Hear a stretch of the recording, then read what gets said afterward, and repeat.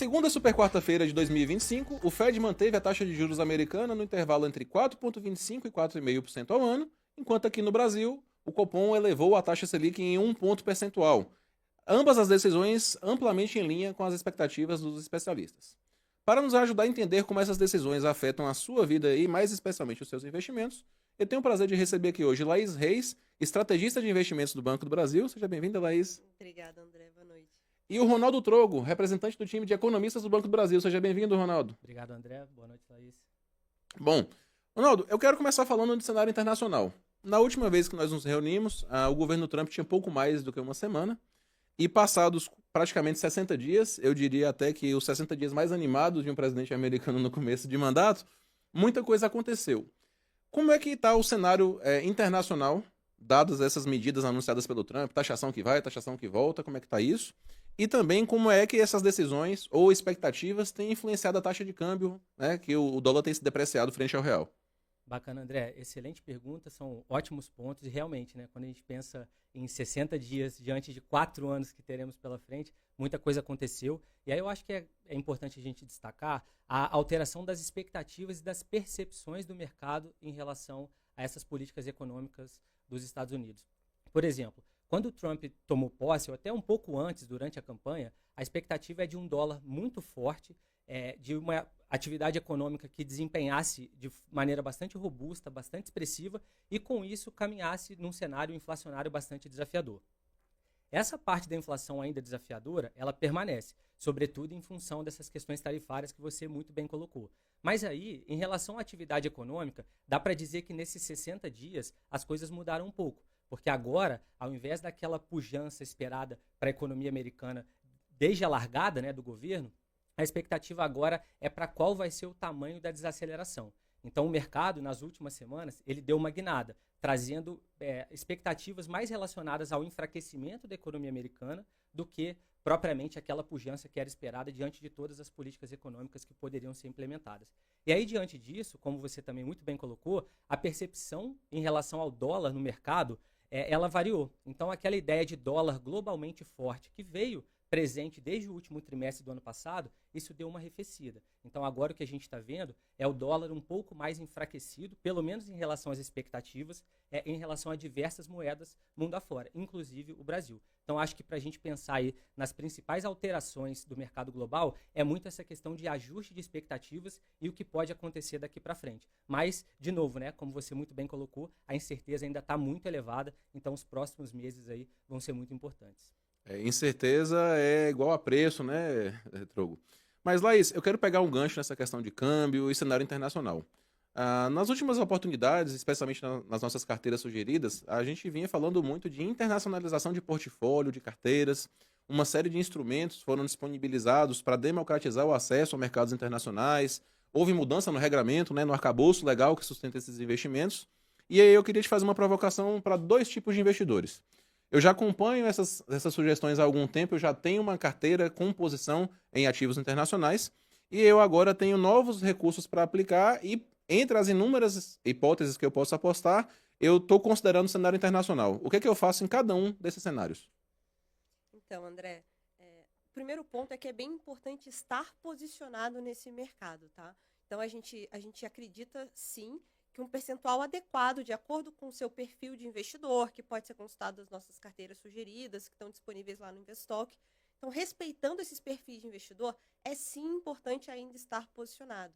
Inclusive, mesmo estando ainda nas máximas, acima de média histórica, está menor do que no fim do ano, por exemplo, quando estava todo mundo falando disso. Então, assim, os Estados Unidos ainda é o maior mercado. É importante, sim, estar posicionado, não é para sair tirando tudo ali que tem nessa posição, nessa classe de ativo. Quando a gente olha o retorno acumulado, inclusive, dos últimos 10 anos, o primeiro lugar ali é S&P 500 com a variação do dólar. E em terceiro lugar a gente tem o S&P 500 protegido do dólar, que é um pouco mais tranquilo, né, digamos assim. Então, isso mostra a importância, o tamanho desse mercado. É importante sim estar posicionado. Talvez não seja o melhor momento para entrar dessa pessoa que está fora, exatamente porque tem bastante gente saindo desse mercado atualmente. É bem uma oferta e demanda, né? Os grandes, né, os investidores institucionais, todo mundo que a gente ouve, tá saindo do mercado, porque estava todo mundo com uma posição alta, bem positiva com esse recepcionismo americano, para entender o cenário como um todo, entender o que está acontecendo. Porque o que houve do final do ano passado para agora é uma mudança de narrativa, uma mudança de preocupações, como o Trogo colocou, né? Uma preocupação também ali com as expectativas de inflação nos Estados Unidos, com as questões de crescimento do PIB, de continuar um crescimento adequado ali para sustentar. Então, isso tudo está na pauta, muita gente está tentando entender ainda o que está acontecendo, mas acho que o ponto principal tá mais barato do que no final do ano, por exemplo, apesar de ainda estar acima das médias históricas. E é importante, sim, estar posicionado nesse mercado, a gente ainda acredita, e o retorno acumulado assim, nos últimos 10 anos, principalmente num foco de longo prazo, prova isso, né? Não, muito legal. A gente sempre fala que investimento é uma maratona, não é uma corrida de 100 metros, né? Exatamente. É muito importante a gente tomar decisões aguardando um pouco a depuração dos fatos, o que está acontecendo. Tem gente realizando lucro, mas já de olho em novos pontos de entrada. Mas agora eu quero também voltar um pouco aqui o nosso olhar para o cenário doméstico. Trogo, as duas decisões que foram tomadas, né, a de janeiro e a agora, estavam amplamente mapeadas pelo mercado, tanto é que a aposta era praticamente de 100% de que seria esse o incremento da taxa Selic. No comunicado, houve sinalização dos próximos movimentos? A autoridade monetária já enxerga um horizonte mais delineado para dizer o que ela pretende fazer nas próximas reuniões? Perfeito, André. Realmente, desde a reunião do final do ano passado, né, desde dezembro, essa trilha aí de alta de juros de 100 pontos, ela já estava muito bem desenhada, né? Então, até aqui, até a reunião de março, nós não tínhamos muita dúvida em relação ao que vinha.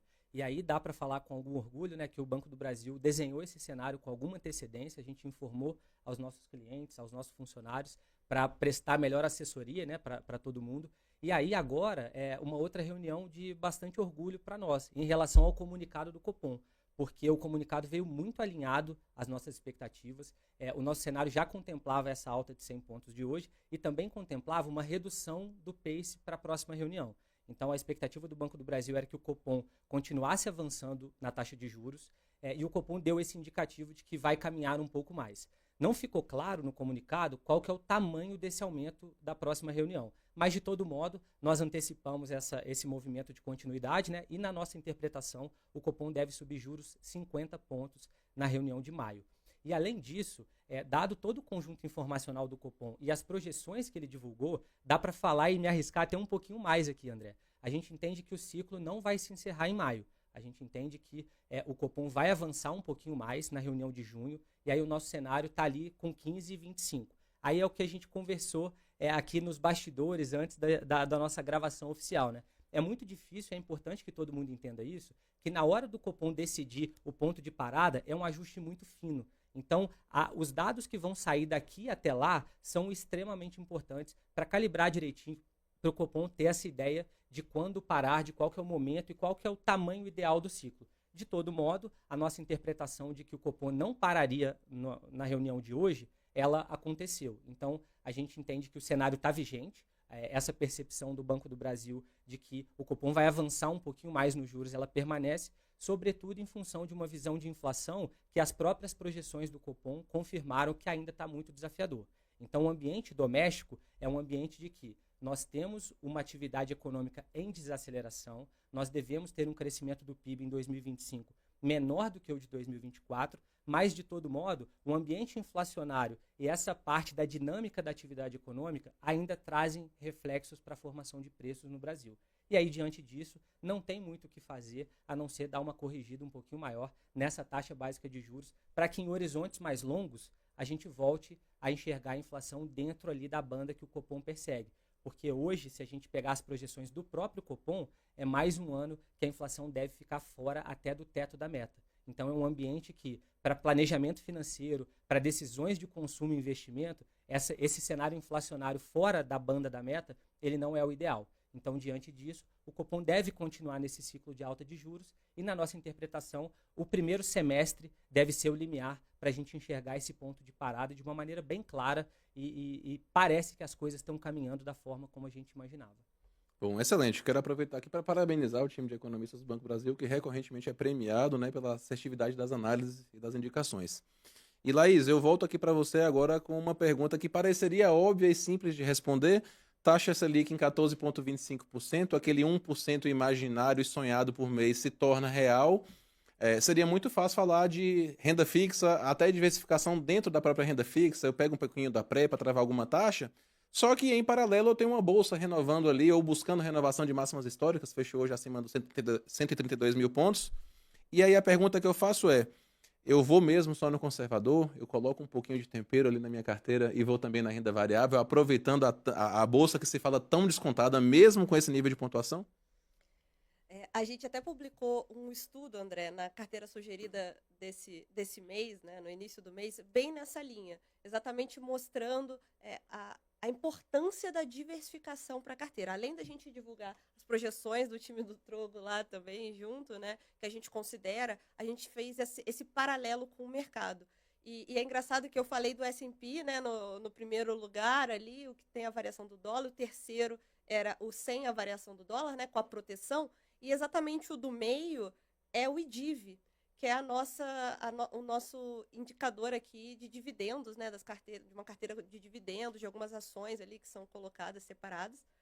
Não é o Ibovespa, então isso também traz essa questão do picking de ação, da qualidade da empresa ser muito importante, mas que sim, vale a pena, inclusive, você no longo prazo ali estar posicionado também em renda variável. E não só renda variável no exterior, como a gente estava falando. Aqui também tem coisa boa, tem muito potencial de retorno dentro da nossa bolsa. A gente trouxe esse estudo já, inclusive na virada do mês, antes inclusive desse boom que está tendo aqui da bolsa, que também é muito explicado pelo cenário externo que a gente tem vivido, né?